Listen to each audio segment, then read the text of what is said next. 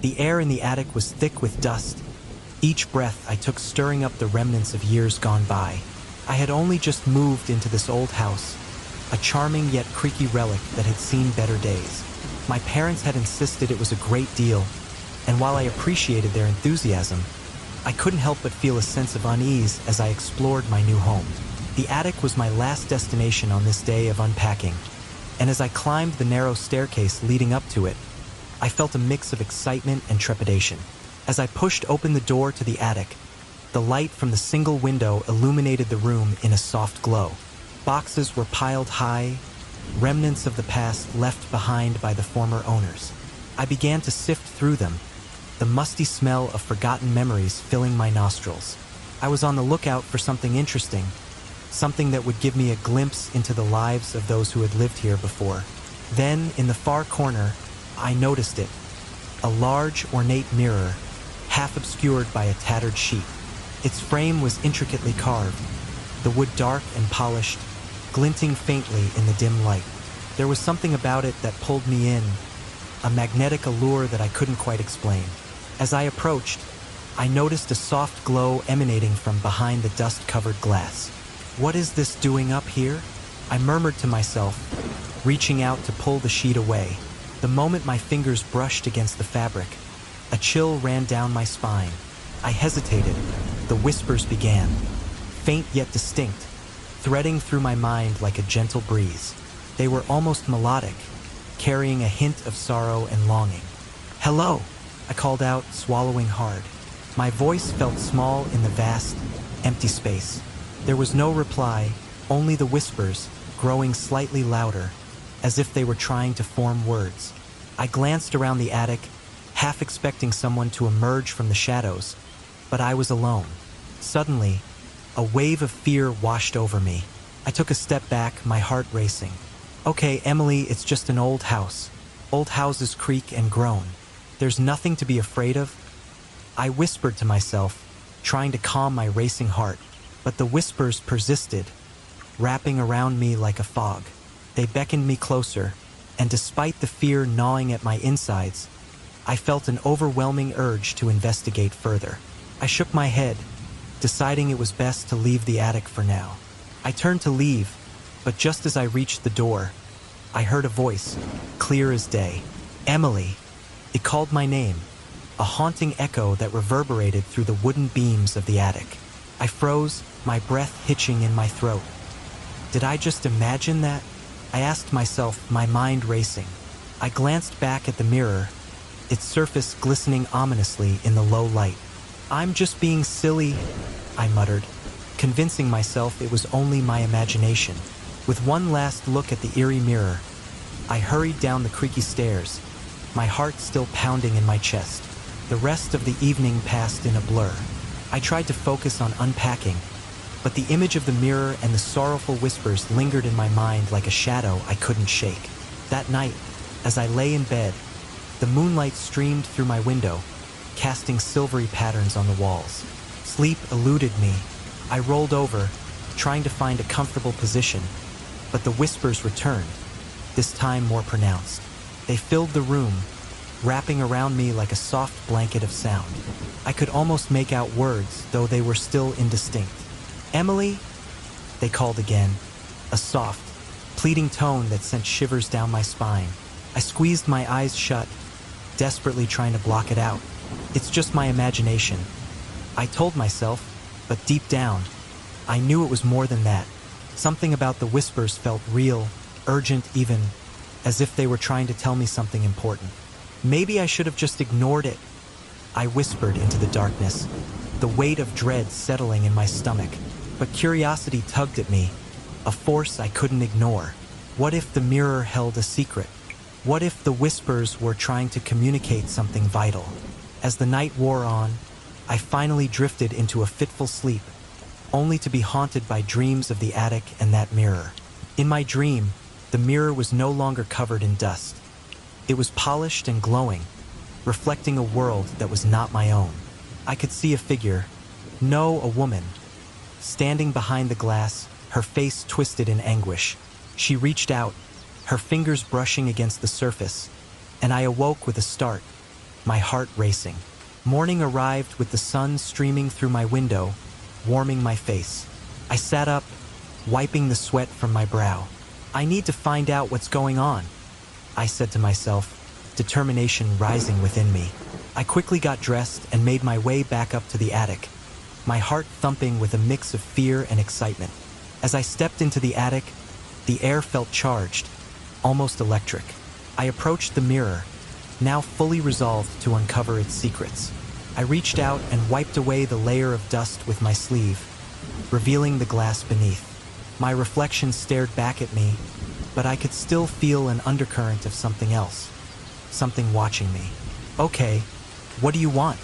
I said, speaking out loud as if addressing the whispers directly. Silence fell over the room, thick and palpable. I leaned closer, staring into the depths of the mirror.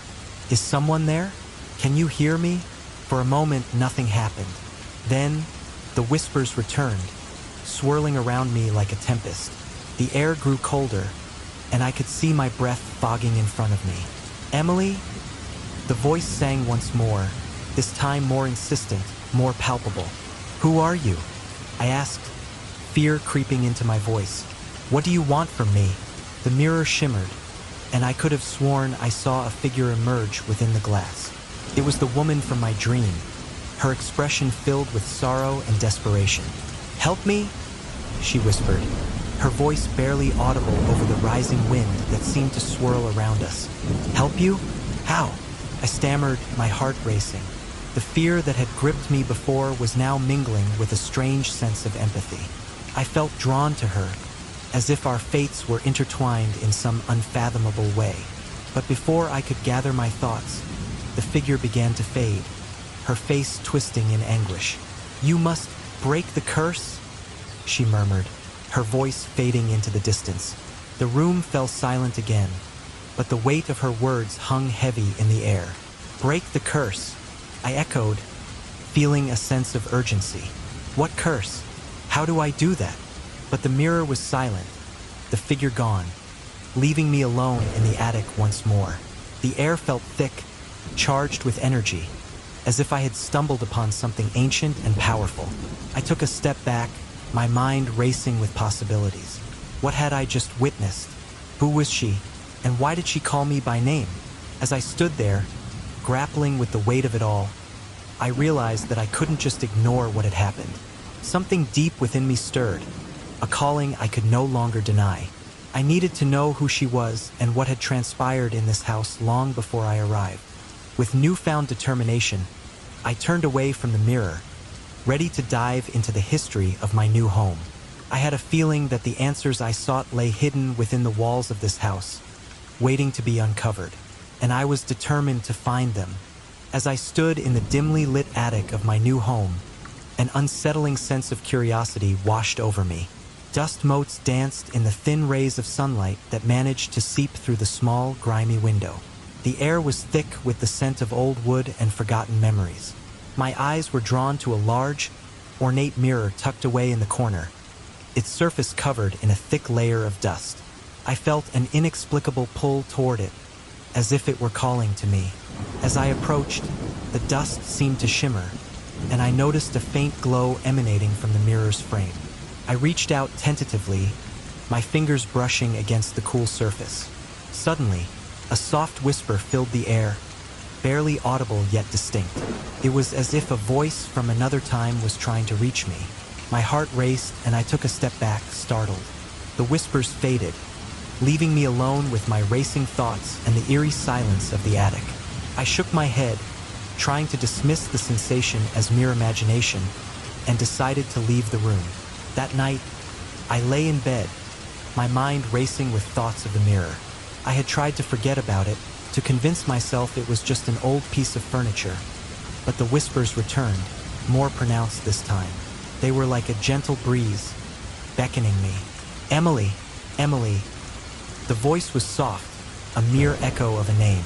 I sat up, heart pounding, my breath quickening. Who was calling me? What did they want? The curiosity gnawed at me, refusing to let go. Determined to uncover the source of the voice, I spent the following day diving into research about the house. My fingers skimmed over the pages of old books and online archives. After hours of digging, I stumbled upon a name that sent chills down my spine. Eliza. The house had once belonged to her, a woman accused of witchcraft during the Salem trials. The weight of her story pressed down on me, and an unsettling realization struck me. The whispers could be her, reaching out from beyond the grave, seeking justice or perhaps solace. Later that evening, I sat on the porch with my grandmother, the sky painted in hues of dusk. I hesitated before bringing up the mirror, unsure of her reaction. "Grandma," I began cautiously, "I found this old mirror in the attic. Do you know anything about it?" Her expression shifted, and for a brief moment, I saw a flicker of fear in her eyes. She quickly averted her gaze, an awkward silence enveloping us. "Oh, honey, it's just an old thing. Nothing to worry about. How about we talk about something else?" Her voice was strained, and I couldn't shake the feeling that there was more to the story. Intrigued and frustrated, I made my way back to the attic after dinner, determined to learn more about Eliza. I rummaged through boxes filled with forgotten trinkets and dusty books, hoping to find a clue that would connect me to the whispers. That's when I stumbled upon a small, leather-bound diary, its pages yellowed with age. My heart raced as I opened it, the delicate handwriting revealing snippets of Eliza's life. "Today, they accused me of witchcraft." One entry read, "I fear for my life, but I know I am innocent. They do not understand my ways." Each word resonated with me, as if Eliza was speaking directly to my soul. I read on, uncovering details about her trials, her fears, and the injustices she faced. The diary painted a vivid picture of a woman who had been wronged, and I felt an overwhelming urge to help her find peace. Days turned into weeks as I immersed myself in Eliza's story. The more I discovered, the more I felt a connection to her. It was as if her spirit lingered in the very walls of our home, entwined with my own existence. I began to understand the weight of her legacy, the importance of uncovering the truth behind her suffering.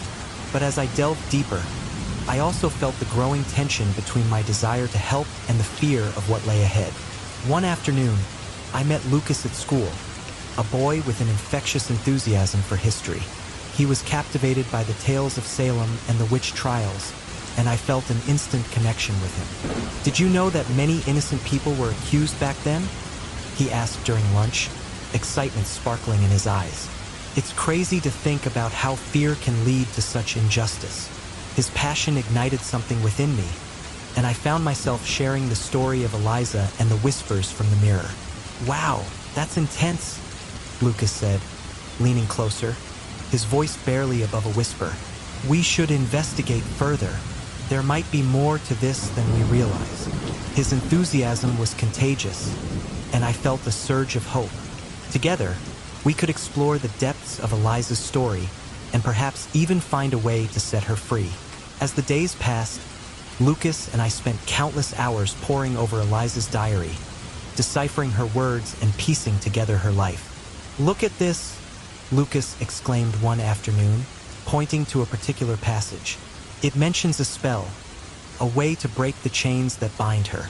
It's like she's still trapped in that mirror." My heart raced at the thought. Could we really help her? The idea felt both thrilling and terrifying. We began to formulate a plan, gathering materials and researching the incantations mentioned in the diary. As we worked side by side, I couldn't help but admire Lucas's determination.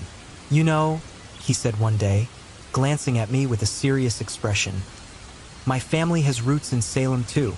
My great-great-grandmother was accused during the trials. It's like our stories are intertwined." His revelation sent shivers down my spine, and I felt an even deeper connection to him. But as our investigation progressed, I couldn't shake the feeling that we were being watched. Strange occurrences began to unfold around us. Objects moving on their own, shadows flickering in the corners of my vision.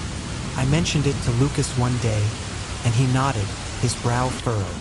"It's like there's a presence here, something that doesn't want us to succeed."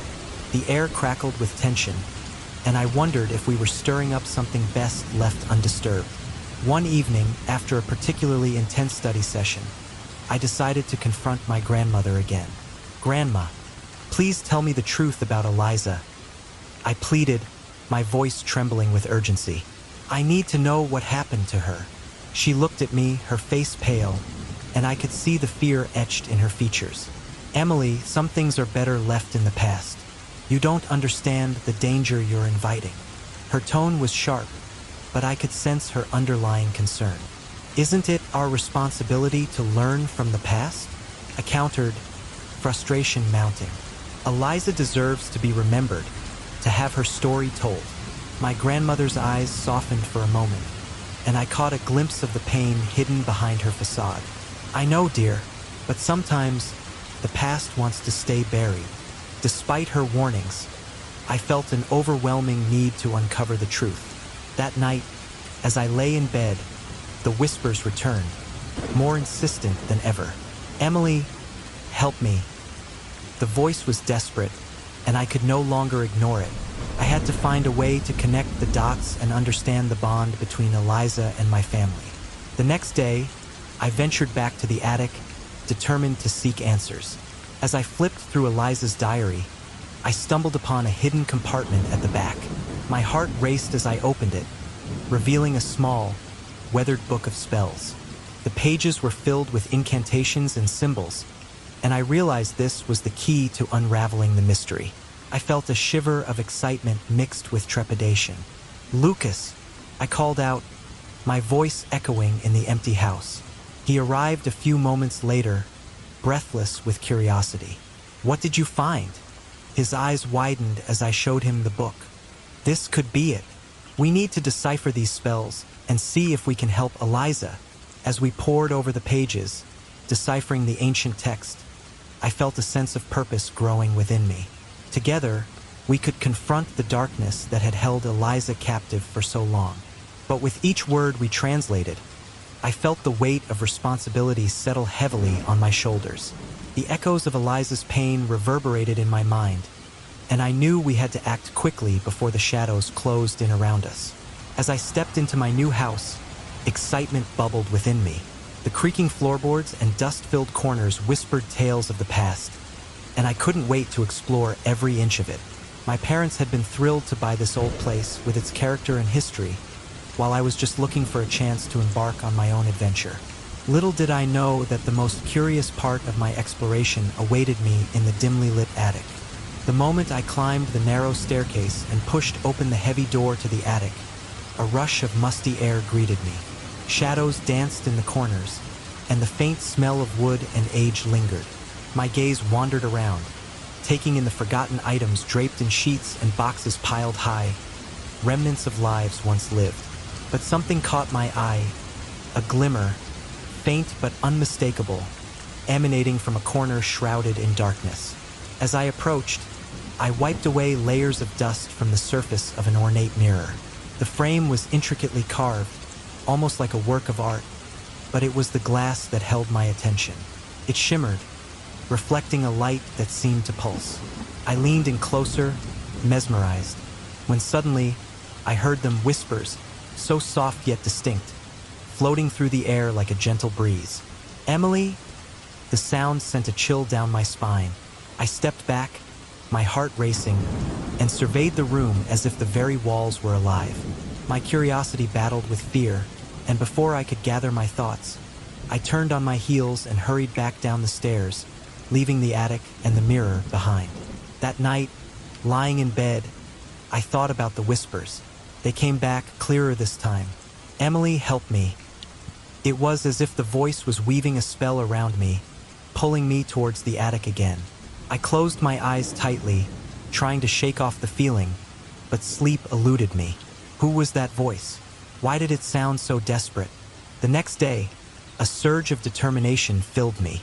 I needed to uncover the mystery of the house and the voice that haunted my thoughts. I dove into research, poring over old newspapers and local histories, and that's when I stumbled upon the name Eliza.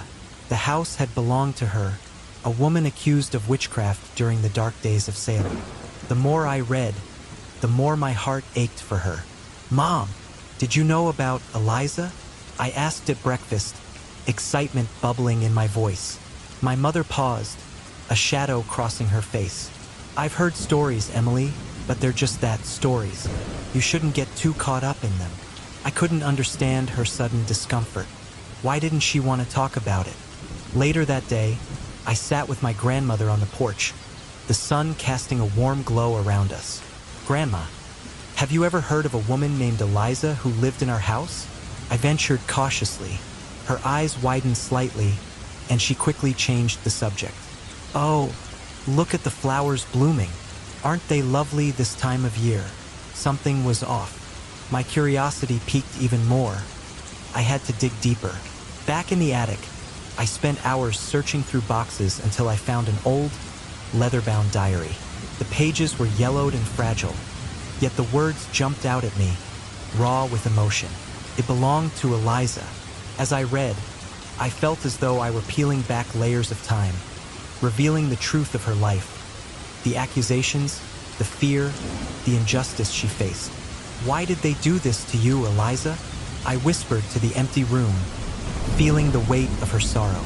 As days passed, my research led me to a high school history class where I met Lucas, a boy with bright blue eyes and an infectious smile.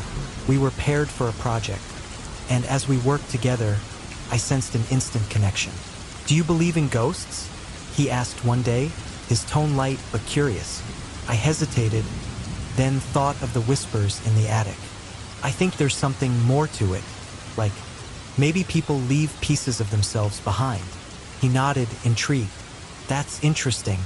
I've always been fascinated by Salem's history, the witch trials, the stories of the accused."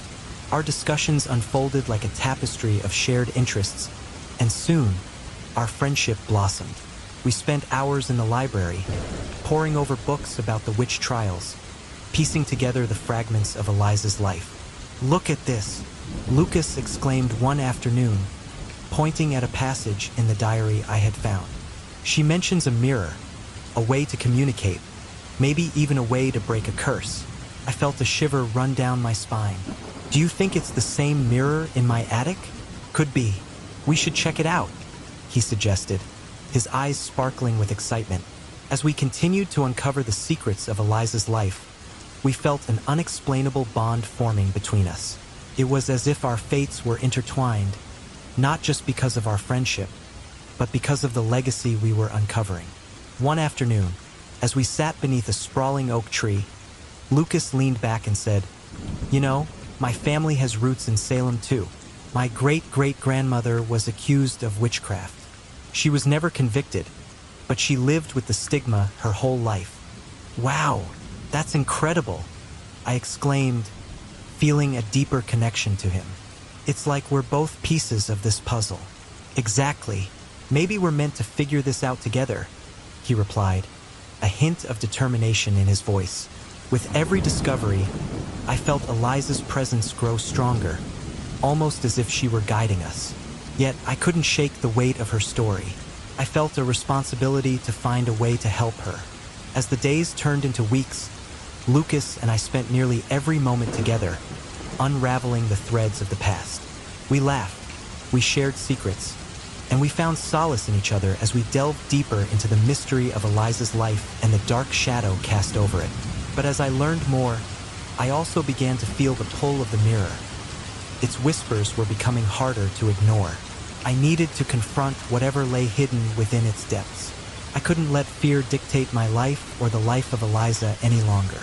"Lucas," I said one day, my voice shaky but resolute, "we have to go back to the attic. I need to face this." "Are you sure?" he asked, concern etching his features. I nodded, determination flooding my veins. It's time to uncover the truth. With a shared sense of purpose, we made our way to the attic once again, ready to confront the mysteries that awaited us. As I stood in the attic of my new home, dust danced in the thin beams of sunlight that filtered through the small window. The air was thick with the musty scent of forgotten memories, and I could almost hear the echoes of the past whispering secrets long buried. My heart raced with a mixture of excitement and apprehension as I explored the shadows of this unfamiliar space. It was then that I spotted it. A large, ornate mirror tucked away in a corner, its surface covered in years of grime. Something about it drew me closer, a soft glow emanating from behind the layer of dust. I reached out, my fingers brushing against the cool glass, and that's when I heard it. Faint whispers floated through the air, barely audible yet undeniably present, like the voices of those who had once lived here. My breath hitched in my throat, and I stumbled back, fear coursing through me. The stories of the house's haunted past echoed in my mind, tales of people who had come and gone, leaving behind their spirits to linger in the shadows. That night, as I lay in bed, the whispers returned, clearer this time, wrapping around me like a chilling fog. "Emily," they called, a voice that seemed to reach deep into my soul, awakening a curiosity I couldn't ignore. Who was calling my name? My heart pounded as I turned over, trying to shake the feeling that I was being pulled into a mystery far greater than I could comprehend. The next day, driven by an insatiable need to uncover the truth, I dove into research about the house. My fingers flew across the keyboard, and I discovered the name Eliza, a woman who had once lived in this very home. She was accused of witchcraft, her life shrouded in mystery and tragedy. The more I read, the more I felt a connection to her, as if her spirit was somehow intertwined with my own. Later that evening, I mentioned Eliza to my grandmother during dinner. I had hoped to share my excitement, but the moment I spoke her name, my grandmother's demeanor shifted. She became tense, her eyes narrowing as she quickly changed the subject. "Let's not dwell on the past, dear," she said, her voice strained. I could sense the fear in her tone, and it only deepened my intrigue. What was she hiding? What did she know about Eliza that she wasn't telling me? Determined to find answers, I returned to the attic the next day. I rifled through boxes filled with dusty books and old photographs, my heart racing with anticipation. That's when I stumbled upon it. A weathered journal, its leather cover worn and cracked. It bore Eliza's name, and I could hardly contain my excitement as I carefully opened it. The pages were filled with beautiful cursive writing, detailing her life, her dreams, and the injustices she faced. Why did they do this to me? I read aloud, my voice trembling. "I am not a witch. I am just a woman, trying to live my life." As I read on, I felt a deep sorrow for her, a woman who had been wronged by society, her spirit trapped in the very mirror that had beckoned me from the start. Days turned into weeks as I immersed myself in Eliza's world. I shared my findings with Lucas, a classmate who had a keen interest in the history of Salem. We quickly became friends, bonding over our shared curiosity and the mysteries that surrounded us. Lucas had a family history tied to the witch trials, and I could see a flicker of recognition in his eyes as I recounted Eliza's story. "Maybe we can help her," Lucas suggested one afternoon as we sat under a large oak tree in the schoolyard, the sun casting dappled shadows on our faces. "If she's still trapped in that mirror, perhaps we can find a way to set her free." His enthusiasm was contagious, and I felt a surge of determination. Together, we began deciphering Eliza's journal, piecing together clues hidden within the pages. One entry stood out to us. "The curse binds my spirit to the glass, and only the truth shall set me free." We exchanged glances, realizing that the truth Eliza referred to was likely tied to her tragic past. As our investigation deepened, I found an unexpected link between our families. In a dusty corner of the attic, I discovered a book filled with spells and incantations, a family heirloom that had belonged to my grandmother. My heart raced as I flipped through the pages, each word resonating with a sense of familiarity. It felt as if I were holding a piece of my destiny in my hands. One evening, while engrossed in the journal, the whispers from the mirror grew louder. They swirled around me, weaving through the air like a haunting melody. And then, I saw her, Eliza's face materialized before me, her expression a mixture of pain and longing. "Help me?" she whispered, her voice echoing in my mind. I could feel her desperation, the weight of her suffering pressing down on me, and I knew I had to act. "Lucas, we need to do something," I said breathlessly, my heart racing. "Eliza is suffering, and we can't just leave her like this." He nodded, his expression serious. "But what can we do? We need to understand why she's trapped and how to break the curse." As I delved deeper into the journal and the spellbook, the pieces began to fit together. I realized that Eliza's plight was not just a tale of injustice. It was a reflection of the fears that had haunted women throughout history. The whispers were her cries for help, and it was up to us to give her a voice. That night, as I lay in bed, I was tormented by visions of Eliza. I saw her standing by the mirror, her eyes filled with anguish. "You must uncover the truth," she implored, her voice echoing in my mind. "Only then can I be free." As the days passed, I felt an overwhelming sense of responsibility. My grandmother's protective silence began to feel like a shackle, a barrier between me and the truth. I needed to confront her, to understand why she had kept this information from me. "Grandma," I said one evening, my voice trembling with emotion, "why didn't you ever tell me about Eliza? She's part of our history, part of who we are." My grandmother's face paled, and for a moment, I thought I saw fear flicker in her eyes. "Emily, some stories are better left untold," she replied, her voice barely above a whisper. "You don't know the darkness that can come from digging too deep." "But I need to know," I pressed, my heart racing. "Eliza deserves justice. I can't just ignore her suffering." With a heavy sigh, my grandmother finally spoke, her voice filled with sorrow. "Eliza was a victim of her time, just like so many others. Our family has been haunted by her story for generations. I thought I was protecting you." I was taken aback. "Protecting me? From what? We can't let fear dictate our lives, Grandma. We have to face the truth, no matter how painful it is." Tears welled in her eyes, and for a moment, I saw the weight of her own history reflected in her gaze. "You're right, Emily, but be careful. Sometimes the past has a way of reaching out and pulling you in." With newfound determination, I returned to the attic, ready to face whatever awaited me in the depths of Eliza's story. The whispers had transformed into a chorus of voices, urging me to continue my quest for the truth. As I prepared to confront the mirror once more, I felt a surge of courage. I was ready to unravel the mysteries that bound Eliza to her past and, in doing so, perhaps find my own place in the tapestry of our shared history. The weight of Eliza's legacy pressed heavily on my shoulders, like an invisible shroud I couldn't shake off. It was as if every whispered secret from the mirror and every turn of the page in her diary added another layer of expectation to my already cluttered teenage life. Balancing school, friendships, and the growing urgency of my quest to understand Eliza felt nearly impossible. I sat on my bed, staring out of the window at the darkening sky. The shadows of the trees danced eerily in the fading light, reminding me of the countless times I had heard those susurros, those haunting whispers calling out to me from the depths of the attic. I shivered as I recalled the first time I met Lucas. The way we bonded over our shared fascination with the history of Salem felt serendipitous, almost as if fate had intertwined our paths for a greater purpose.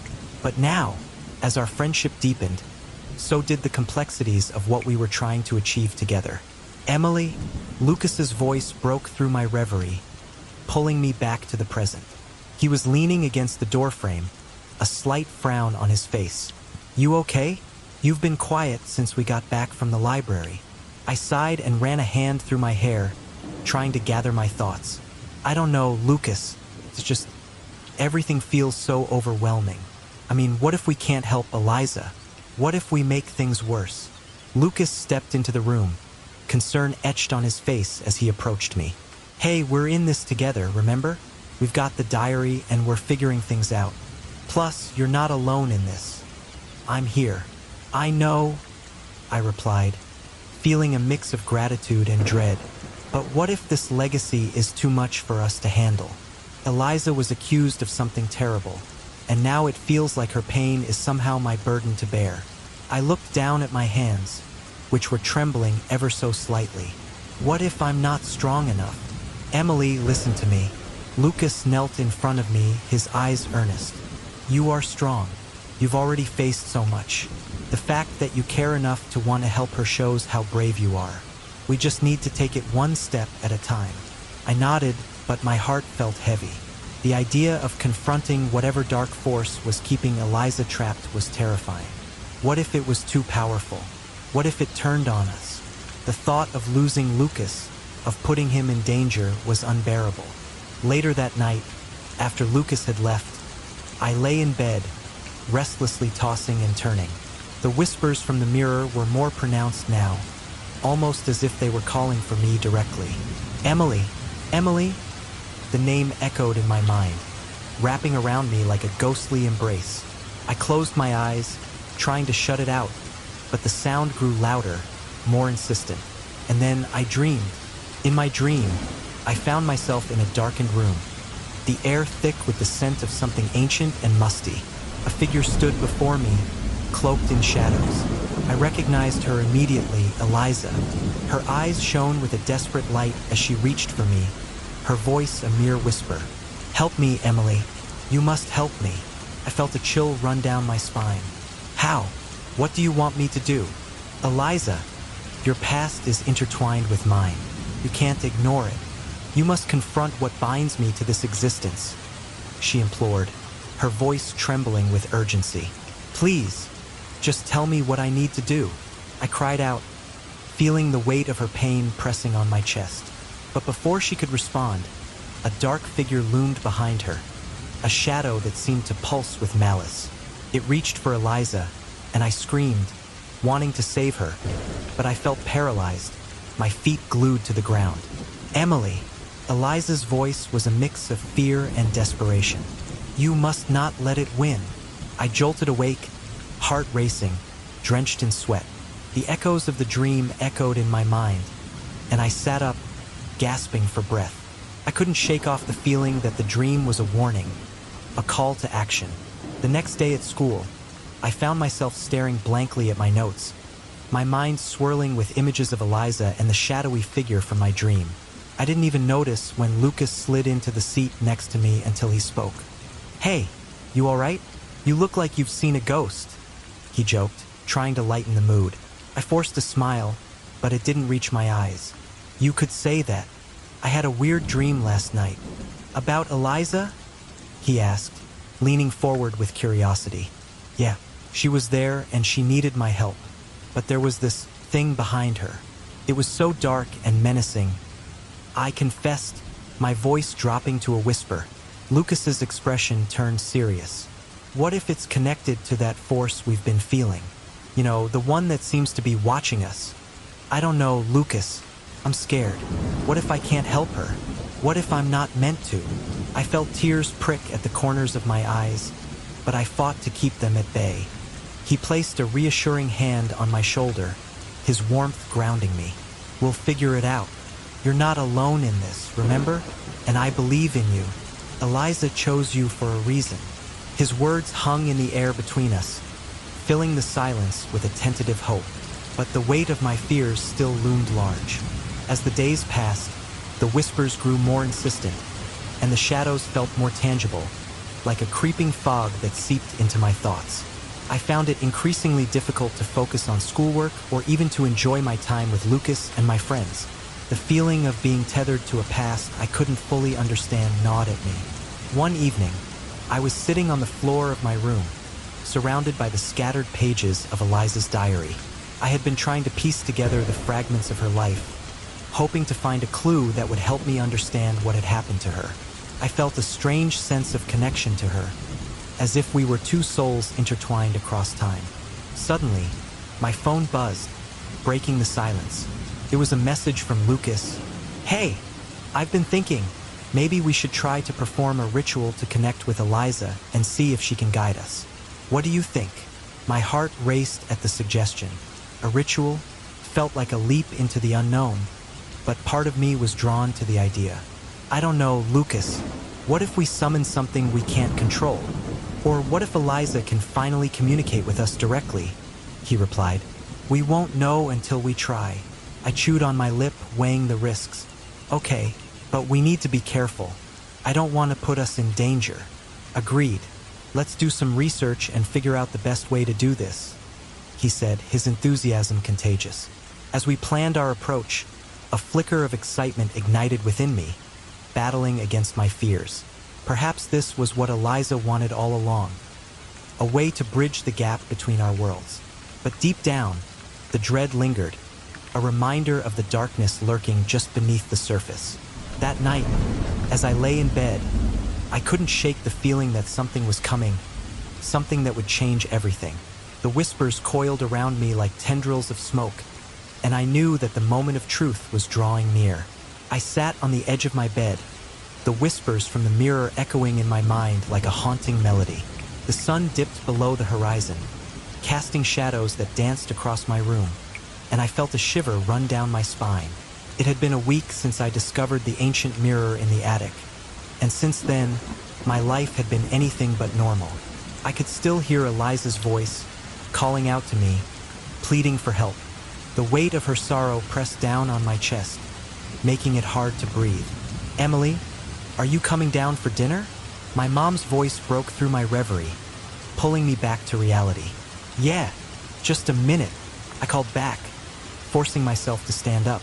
I needed to eat, but part of me wished I could stay in my room, wrapped in my thoughts about Eliza and the mystery that enveloped her.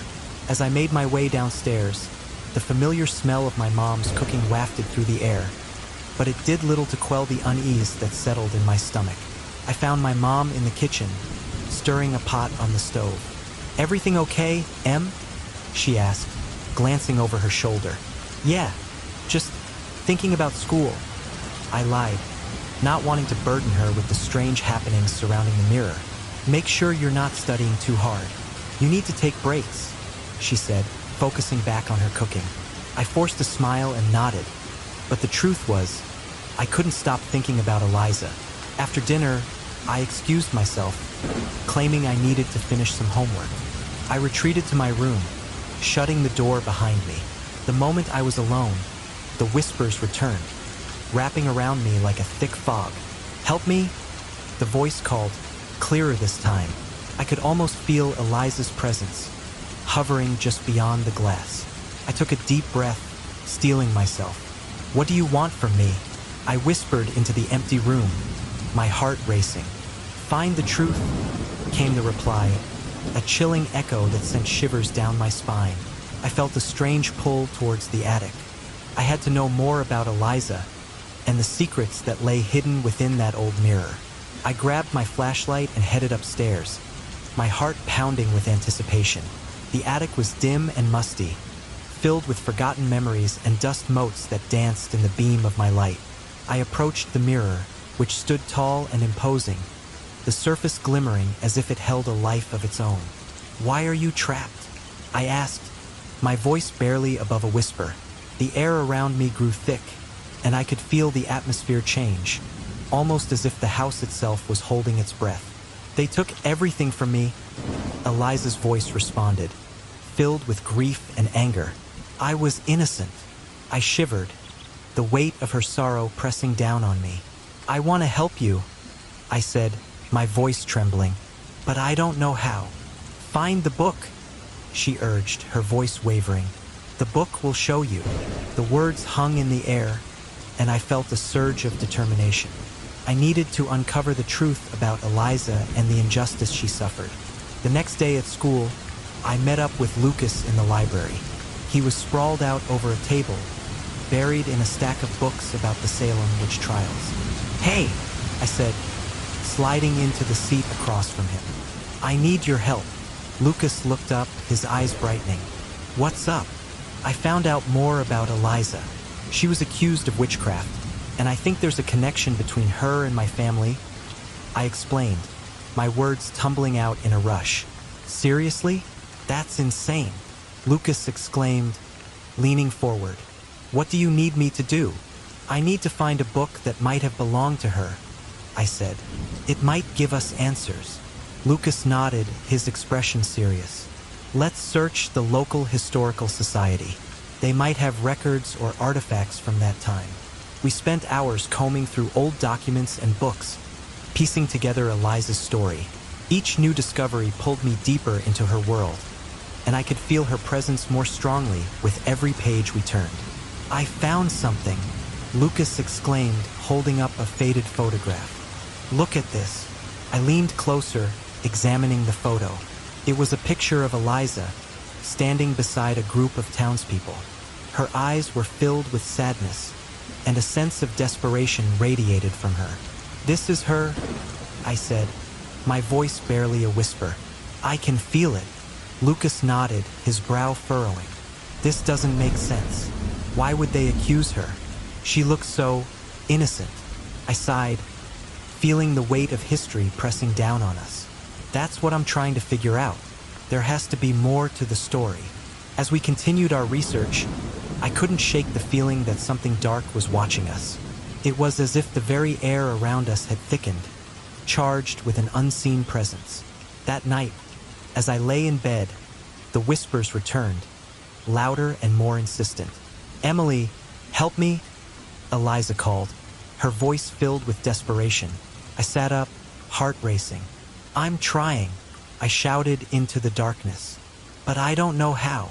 Suddenly, the lights flickered, and a chill swept through the room. I pulled my blanket up to my chin, feeling vulnerable. What do you want from me? I whispered, my voice trembling. Find the truth. The words faded into the shadows, leaving me alone with my racing thoughts. I felt a growing sense of dread as I realized that uncovering Eliza's past was more dangerous than I had anticipated. The next day, I met with Lucas again, determined to share my fears. Lucas, I said, my voice low, I think there's something more to this. I feel like someone or something is watching us. Lucas frowned, his expression turning serious. You mean like a ghost? I don't know, but it feels real. The whispers, the strange occurrences at school. It's like Eliza isn't the only one tied to that mirror. I admitted, my heart pounding. Maybe we should take a break, Lucas suggested. This is getting intense. No, I said, shaking my head. We can't stop now. Eliza needs us. The determination in my voice surprised even me, but I knew I couldn't turn away from her plea for help. As the days passed, the strange occurrences around me intensified. Objects in my house began to move on their own, and I would catch glimpses of shadows darting out of the corner of my eye. One afternoon at school, during lunch, I reached for my drink and it tipped over, spilling everywhere despite there being no one near me. Whoa, what happened? Lucas asked, looking startled. I don't know, I exclaimed, feeling a mix of fear and frustration. It's like something is trying to get my attention. Maybe you should talk to your mom about it, he suggested cautiously. I hesitated. My mom had always been protective of me, and I didn't want to add to her worries. I can't. She wouldn't understand. Lucas nodded but looked concerned. Just be careful, okay? I don't want anything to happen to you. That night, sleep eluded me. The whispers returned, louder and more frantic. The truth, you must find the truth. I buried my head under my pillows, desperate to block out the sound. Please, just leave me alone, I shouted into the darkness. As I lay there, I couldn't shake the feeling that something was lurking just outside my window, watching me. I could almost feel its breath against the glass, cold and suffocating. Emily? A voice called softly, an eerie echo that sent chills coursing through me. Who's there? I shouted, my heart racing. Show yourself. The whispers faded, replaced by a heavy silence that filled my room. I was alone, but it didn't feel that way. The air was thick with tension, and I felt an ominous presence looming over me. Days turned into weeks, and the strange occurrences continued to escalate. I found myself looking over my shoulder constantly, the feeling of being watched never leaving me. The mirror's whispers grew more insistent, urging me to uncover the truth about Eliza's past. I decided to confront my grandmother, hoping she would shed light on the mysteries surrounding our family and Eliza. Grandma, can we talk? I asked one evening as we sat in the living room. She glanced at me, her expression unreadable. Of course, dear. What's on your mind? I've been researching Eliza, the woman who lived in our house before us, I said cautiously, watching her reaction. Her face paled, and she quickly looked away. Emily, I don't think you should be digging into that. Why not? I pressed, feeling a sense of urgency. I need to know what happened to her. Some things are better left in the past, she replied sharply, her voice trembling slightly. Is there something you're not telling me? I asked. Desperation creeping into the air felt heavier that evening, as if the walls of my room were pressing in on me. I sat cross-legged on my bed, staring at the open diary that lay before me. The pages were frayed, filled with Eliza's looping, elegant handwriting. Each word seemed to pulse with the weight of her sadness, her fears, and her desperate longing for freedom. My heart raced as I tried to reconcile the history of this woman with my own life, a life that felt so ordinary compared to the extraordinary events that had unfolded since I found that mirror in the attic. Emily, Lucas's voice broke through my thoughts, pulling me back to the present. He stood at the door, looking hesitant yet determined, as if he were wrestling with the weight of his own thoughts. Are you okay? I nodded, but I knew my expression betrayed me. I don't know what to do, Lucas. Eliza's story is so tragic, and now I feel like I'm part of it, like I have to do something. He stepped into the room, closing the door behind him. You're not alone in this. We're in it together. Remember? I looked at him, the determination in his eyes mirroring my own confusion. But what if freeing her puts us in danger? What if we unleash something terrible? Lucas came closer, sitting on the edge of my bed. Emily, I get that this is scary, but think about what Eliza went through. She deserves to be free. We can't let fear stop us from doing what's right. His words resonated with me, but I couldn't shake the feeling of dread that clung to my chest like a heavy weight. What if the entity is too powerful? What if it tries to hurt us? His brow furrowed, and he reached for my hand, squeezing it reassuringly. We'll face it together. You're not alone in this. We can figure it out. Taking a deep breath, I nodded. Okay, if we're going to do this, we need to prepare. I need to understand what we're dealing with. That night, a storm rumbled outside, the wind howling as if echoing my internal turmoil. I pored over the diary again, searching for any hint of a solution. Eliza's words seemed to jump off the page, wrapping around me like a shroud. I could see the pain she had endured, the isolation she felt, and the urgency of her situation. It was as if she was reaching out to me, urging me to understand. Why didn't you tell me? I whispered to the empty room, feeling a strange bond with the woman from centuries past. Why didn't you warn me about the risks? The diary fell open to a page filled with frantic scrawls. The ink smeared as if she had written it in a moment of desperation. I will not let them silence me. I will find a way to break free, but I fear the darkness that binds me. It whispers my name, it knows my fears. It will not let me go. Tears pricked at my eyes as I realized that the darkness Eliza spoke of was the very same force that lingered in my own life, manifesting in the whispers that haunted my nights. I was terrified, but I was also angry. Angry at the injustice she suffered, angry at the entity that had trapped her, and angry at myself for hesitating. Emily, Lucas's voice broke through my thoughts again. I wiped my eyes, forcing a smile as I looked at him. Sorry, I just got lost in thought. I think I'm ready. Ready for what? He tilted his head, concern etched on his face. To confront whatever is holding Eliza captive. I want to help her. I need to help her. Lucas nodded, determination flooding his features. Then let's do this. But we have to be careful. We have to stick to the plan. Right? The ritual. I looked back at the diary, flipping through the pages until I found the section where Eliza detailed the steps needed to perform the ritual. We need to gather the items listed here. It looks like we'll need some herbs, a candle, and a few personal items from each of us. Okay, that sounds doable. Lucas stood up, his energy infectious. Let's make a list and start gathering what we need. As we worked together, creating a plan and gathering the necessary items, I felt a sense of purpose building within me. The fear was still there, gnawing at the edges of my resolve, but in its place was a burgeoning strength that I had never tapped into before. Later that night, after we had collected everything, I lay in bed, staring at the ceiling. The storm outside had calmed, replaced by an eerie stillness that felt almost oppressive. I closed my eyes, trying to clear my mind, but the susurros returned.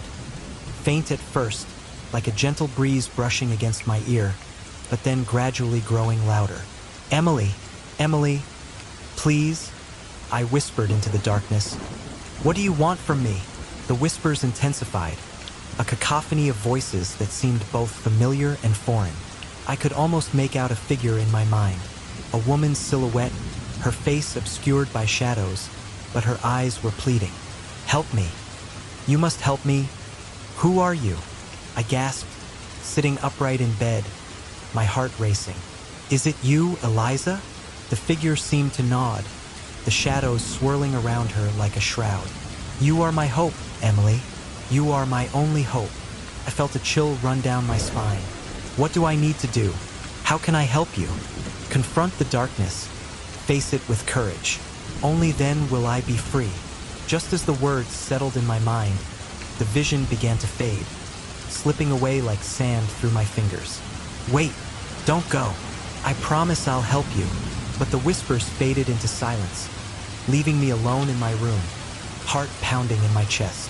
I glanced at my phone, the time glowing ominously in the darkness. I knew then that I couldn't wait any longer. The next day, Lucas and I would begin the ritual, and I would confront whatever darkness lay ahead. The following morning, I met Lucas at the park, the sunlight glinting off his messy hair. He looked determined, and I couldn't help but feel a surge of hope as we exchanged glances. "Are you ready?"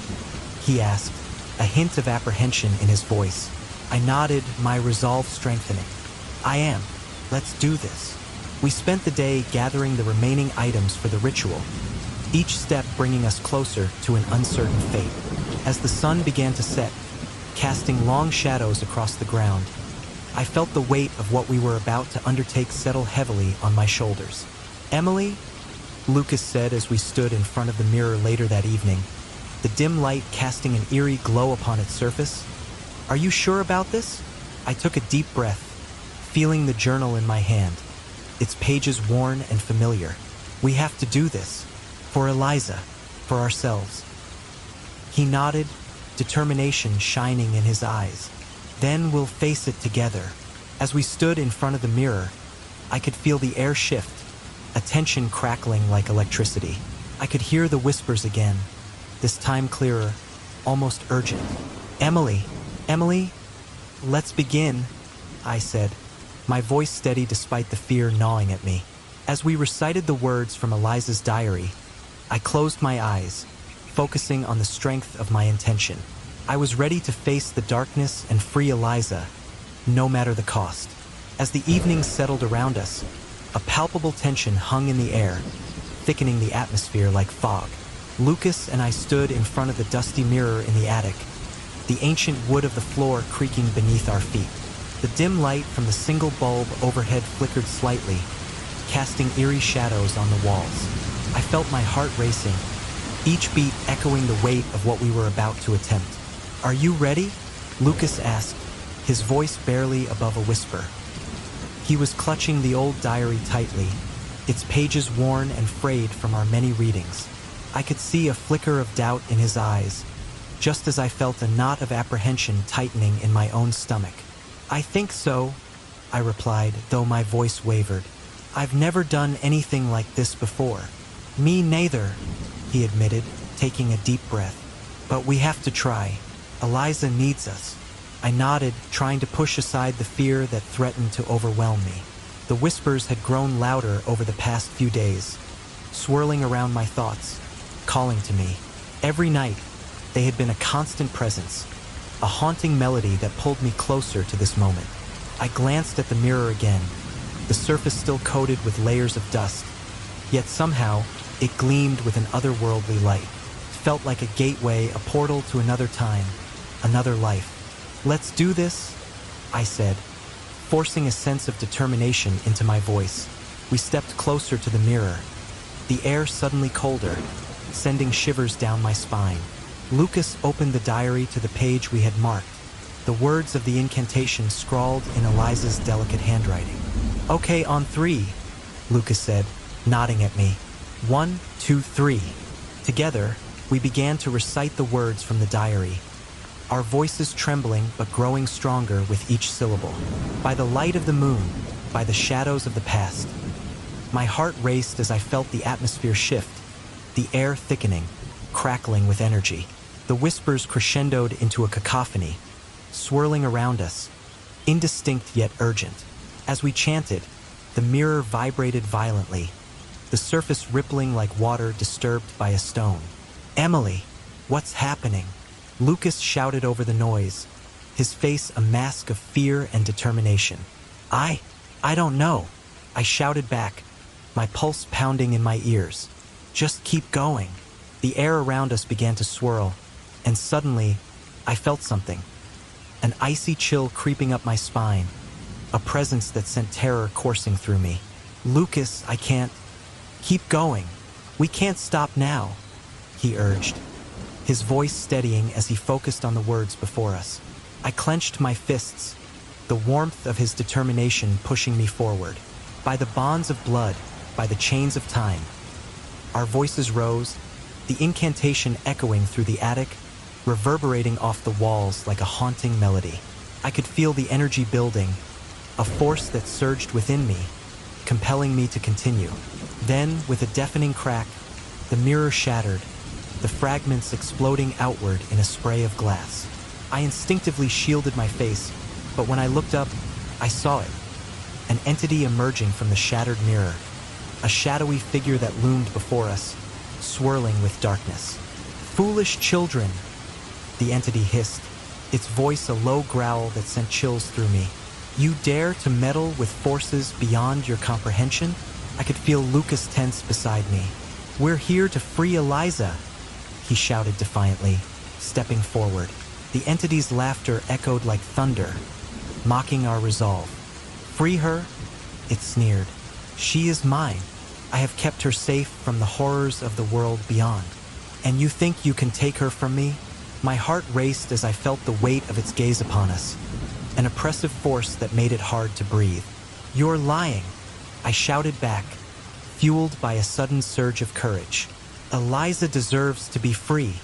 "Free?" the entity repeated, its voice dripping with disdain. "You know nothing of sacrifice, of the price of freedom.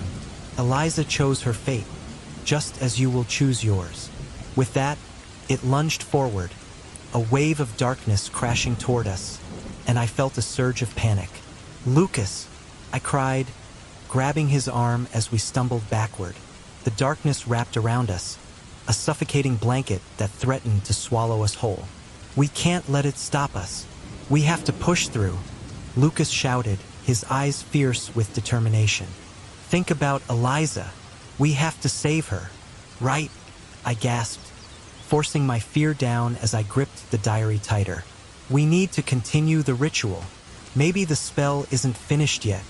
"Okay, let's do it," Lucas exclaimed, his voice cutting through the fear. We turned back to the remnants of the mirror, our voices shaky but resolute as we began to chant again. "By the light of the moon, by the shadows of the past." As we spoke the words, the shadows writhed around us, but we pressed on, pouring every ounce of our strength into the incantation. I could feel the energy building again, pulsating through the air, and the shadows began to recede slightly, as if they were being pushed back by the force of our words. By the bonds of blood, by the chains of time. The ground beneath us trembled, and I could see the entity becoming agitated, its form shifting and twisting in response to our chant. "You think this will save you?" it shrieked, its voice rising in fury. "You are nothing but children playing at magic." "Maybe," I shouted back, my voice rising above the chaos. "But we won't stop until we try." With a final surge of energy, we reached the climax of the incantation. "Let the chains of the past be broken. Let the light of truth prevail." In that moment, a blinding light erupted from the mirror, illuminating the entire attic. The shadows screamed, a cacophony of rage and despair that drowned out everything else. The light enveloped us, pushing away the darkness, and for a fleeting moment, I felt a profound sense of clarity, as if I could see beyond the veil of time. Suddenly, I caught a glimpse of her, Eliza, standing before us in a shimmering form, ethereal and beautiful. "Thank you," she whispered, her voice soft yet powerful, resonating within my very soul. "You've come to save me. Hold on, Eliza. We're almost there," I cried, my heart swelling with hope. But the entity roared in fury, its form twisting and contorting in an attempt to reclaim its hold. "You will not take her from me?" it screeched, launching toward us with a terrifying speed. I could feel the energy surge again, the light growing brighter as we focused on Eliza. "We can do this," Lucas shouted, his voice unwavering. "We're not afraid." The light began to pulse rhythmically, matching the beat of my heart, and with each pulse, I felt the darkness weaken, the shadows receding further into the corners of the room. "Eliza, come to us," I cried, extending my hand toward her. She reached out, her fingers brushing against mine, and in that moment, I felt a connection, a bond that transcended time itself. "Together," Lucas shouted, and we both pushed forward, willing the light to engulf us all. With a final, resounding chant, we called forth the power of the past, of truth and justice. The light exploded outward in a brilliant flash, and I felt the darkness shatter around us, the entity's scream echoing into nothingness. As the light faded, I found myself standing in the attic again, breathless and trembling, the remnants of the mirror scattered around us like fallen stars. Eliza stood before us, no longer a shadow but a radiant figure, her eyes filled with gratitude and warmth. "You have freed me," she said softly, her voice like a gentle breeze, "and in doing so, you have freed yourselves from the chains of the past." I felt tears prick at my eyes, a rush of relief washing over me. "We did it, Lucas," I whispered, turning to him, my voice trembling with emotion. "Yeah," he breathed, his expression a mix of disbelief and joy. "We really did." Eliza stepped closer, her presence calming and reassuring. "Thank you, both of you. You have given me my life back." And in that moment, I felt a profound sense of purpose, a connection to something greater than myself, and I knew that whatever came next, we would face it together, unafraid of the shadows, united by the light. As I stood in front of the mirror, the air around me felt charged, almost electric. The faint glow from the dusty glass illuminated the dim attic, casting eerie shadows that danced along the walls. I could feel Lucas's presence beside me, his hand resting on my shoulder, a reassuring weight amidst the tumult of emotions swirling within me. We had come so far, yet the fear of what lay ahead gnawed at my insides. "Emily, are you sure about this?" Lucas whispered, his voice barely audible over the rising whispers emanating from the mirror. It was as if the very fabric of reality was unraveling, and the ghosts of the past were beckoning us to listen. "I have to do this, Lucas," I replied, my voice steadier than I felt. "Eliza deserves to be free. I can't let this entity, whatever it is, keep holding her or us captive any longer." I glanced at him, searching his eyes for the support I desperately needed. I could see the determination in his gaze, mixed with a hint of fear. He understood the weight of the choice we were about to make. With a deep breath, I opened the diary, its pages worn and brittle, filled with Eliza's desperate scrawls. "We must recite the incantation exactly as it's written. No mistakes," I instructed, trying to keep my voice steady. "If we stumble, we might lose our chance." Lucas nodded, steeling himself. "Together then?" he asked, his tone brightening slightly, as if to lift the oppressive atmosphere. "Together," I confirmed, our eyes locking in a silent pact. We positioned ourselves in front of the mirror, the dim light flickering as though it too was nervous about what was to come. The whispers around us intensified, swirling like a tempest, wrapping around us in a chilling embrace. "On the count of 3, I said, my heart racing. 1, 2, 3. We began to recite the incantation, our voices rising above the cacophony of whispers. By the light that binds and the shadows that heed, the more we spoke, the more the air thickened around us, pulsating with energy. But then, something shifted. The whispers morphed into anguished cries, and the mirror began to vibrate violently, as if a storm was brewing within its depths. Panic surged through me. "Keep going, Lucas," I urged, my voice barely breaking above the chaos. "Through darkness and pain, let the truth be revealed," he continued, his voice strong despite the fear etched across his features. Suddenly, a shadow emerged from the mirror, swirling and twisting like smoke. It took form, a dark silhouette that loomed over us with an ominous presence, its eyes like hollow voids staring right through me. I felt a shiver run down my spine as it spoke, its voice a low growl that echoed in the attic. "Foolish children, do you truly believe you can free her?" The entity's voice dripped with disdain, chilling me to the bone. "Eliza belongs to the darkness now. She chose it over the light. Let her go," I shouted, trying to project strength despite the terror clawing at my insides. "She was innocent. You have no right to keep her imprisoned." The entity laughed, a hollow, echoing sound that reverberated through the attic, making the walls tremble. "Innocence? How quaint. You know nothing of the choices she made, the pact she forged to save herself." Lucas took a step forward, his fists clenched. "You're lying. Eliza was wrong, just like so many others. You can't keep her like this." As he spoke, I felt the shadows shift, swirling around us, trying to drown out our voices. "You think you can save her? You are just children playing at magic." The entity sneered, its form flickering like a dying flame. But I could feel the truth deep within me, a fire igniting my resolve. "We are more than that. We're connected to this story, to Eliza. We won't let you silence her anymore." The entity's eyes narrowed, and it seemed to grow larger, more menacing. "What do you know of sacrifice, little girl? What would you give to see her free?" I hesitated, my heart pounding in my chest. In that moment, I realized the depth of my commitment. "I would give anything," I declared, my voice unwavering. "I would face my fears, my insecurities, anything to break this cycle." The entity chuckled darkly. "You speak bravely, yet you know not the cost.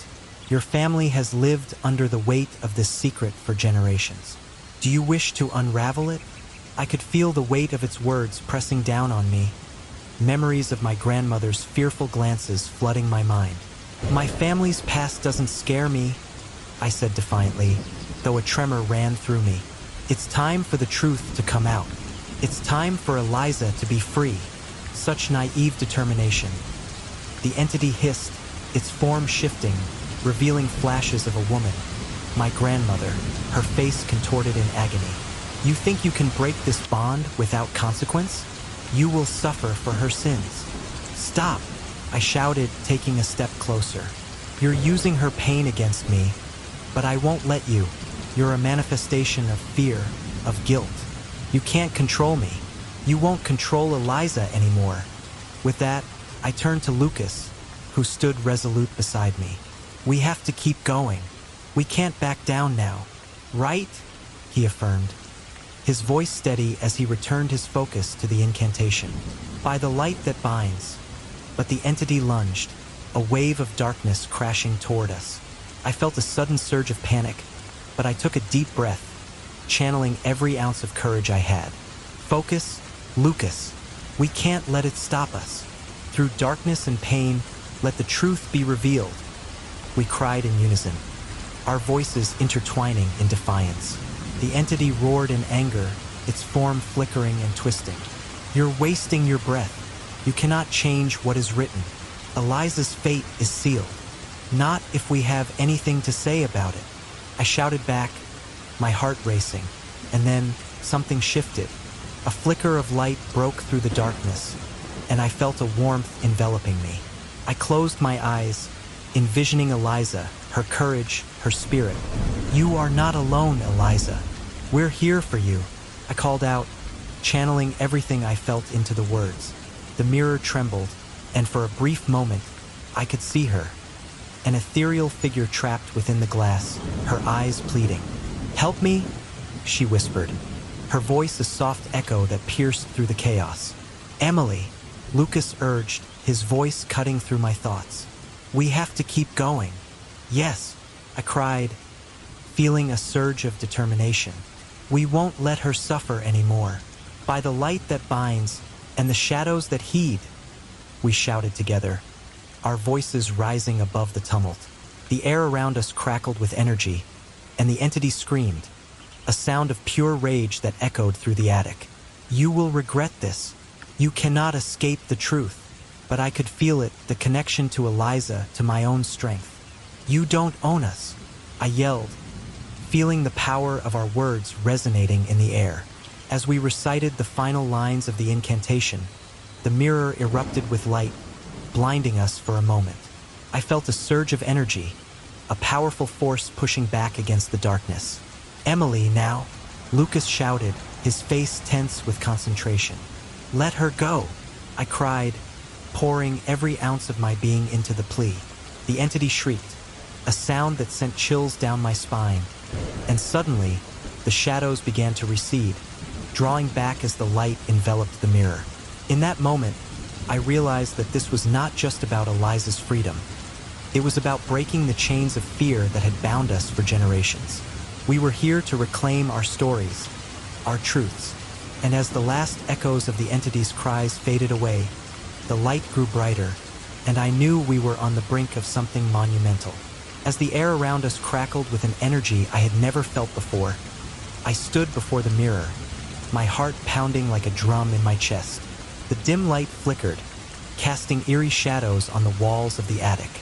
Lucas was by my side, his expression a mix of determination and fear. We had come too far to turn back now. The whispers had grown into a cacophony of voices, swirling around us and intensifying with every word we recited from the diary. "Emily, are you sure about this?" Lucas whispered, his voice barely audible above the rising sound. I turned to him, my resolve solidifying.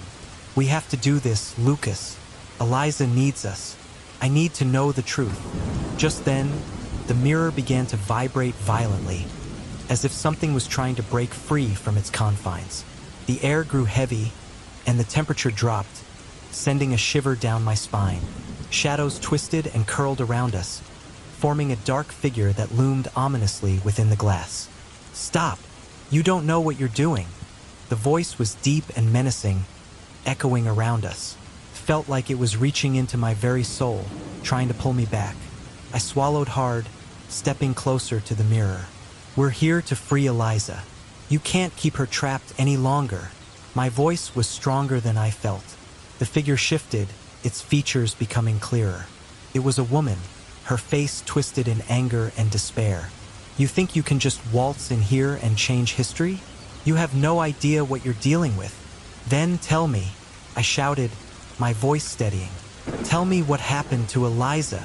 The entity let out a chilling laugh, filled with bitterness. "You think you're so brave, don't you? But you are nothing but a pawn in a game much larger than yourself. Your family has secrets, and they run deep." "Secrets?" I murmured, the weight of her words pressing down on me. "What do you mean?" The figure leaned closer, her form swirling like smoke. "Your grandmother made a pact long ago to keep Eliza's story buried. She didn't want you to know the truth, to awaken what should remain asleep." A cold realization washed over me, and I felt my past unraveling before my eyes. "No, she wouldn't. My grandmother loves me." "Love?" The figure spat. "What is love when it comes at the expense of the truth? Your grandmother was afraid just like you, afraid of the power that resides within you." "Power?" I echoed, my mind racing. "What power?" The shadows around me seemed to pulse with life, and I could feel my heart racing with both fear and excitement. Suddenly, in the midst of the chaos, a light broke through the darkness. It shimmered and expanded, revealing a figure who stepped forward with grace and sorrow. "Eliza!" I gasped, recognizing her instantly from the diary. She looked ethereal, her form glowing softly as she emerged from the depths of the mirror. "Emily, she whispered, her voice like music in the storm. You've come for me. I've come to help you, I said, my voice trembling. But I don't understand. Why are you trapped? What happened to you? Eliza's eyes glistened with unshed tears, and she glanced at the dark figure who still hovered threateningly. I was accused of witchcraft, a scapegoat for the fears of others. They sought to silence me, to erase my existence. But I am not just a memory, Emily. I am a part of you. What do you mean? I breathed, my mind racing. Your spirit carries my essence, my pain, my sorrow. It lives within you. That is why the darkness has come. She gestured to the shadowy figure, which writhed in anger. The entity is a manifestation of your fears, your insecurities. It feeds on the darkness within you. No, I shouted, shaking my head as the realization hit me like a tidal wave. This can't be true. Emily, listen to me, Eliza urged, reaching out a hand. You have the power to break this cycle, to free us both. It's time to confront the truth and embrace who you are. The dark figure recoiled, its form flickering like a candle in the wind. You don't have to listen to her. She is trying to manipulate you. Stop, I shouted, feeling a surge of power rise within me. You've manipulated enough lives. I won't let you control me anymore. Control? The entity hissed. You're merely a child playing with forces you cannot hope to understand. A rush of anger surged through me, and I took a step forward, standing firm. Maybe I don't understand everything, but I know what's right. I won't let you keep Eliza trapped any longer. Eliza smiled softly, her presence warming the cold air. You have strength, Emily. Trust in that strength. With a deep breath, I turned back to the entity, my voice steady. I will not let you win. You may have trapped Eliza, but you will not trap me. The figure surged forward, a dark wave crashing toward us. You think you can defy me? You are nothing without your fears. Maybe, I replied, my heart racing. But I'm not alone. I have Eliza, and I have Lucas. Together, we can break this curse. Lucas stepped beside me, his determination shining through. We believe in you, Emily. You are not just a reflection of your past. You are your own person. The entity shrieked in rage, but with every word we spoke, I felt the shadows around us weakening. We choose to embrace the truth, I shouted, my voice rising above the chaos. We choose to break the cycle. Suddenly, Eliza's light grew stronger, illuminating the dark space around us. Emily, harness our combined strength. You are not just the bearer of my pain. You are the light that can free us both. As the energy surged, I closed my eyes, feeling a warmth envelop me. Images flashed through my mind. The trials, the injustices, the fear that had plagued Eliza and my family for generations. But beneath it all was a thread of resilience, of hope. Together, I cried, feeling the power of Eliza's spirit flow through me. We will break the chains of fear and darkness. In that moment, the shadows shrieked, contorting and twisting as if caught in a storm.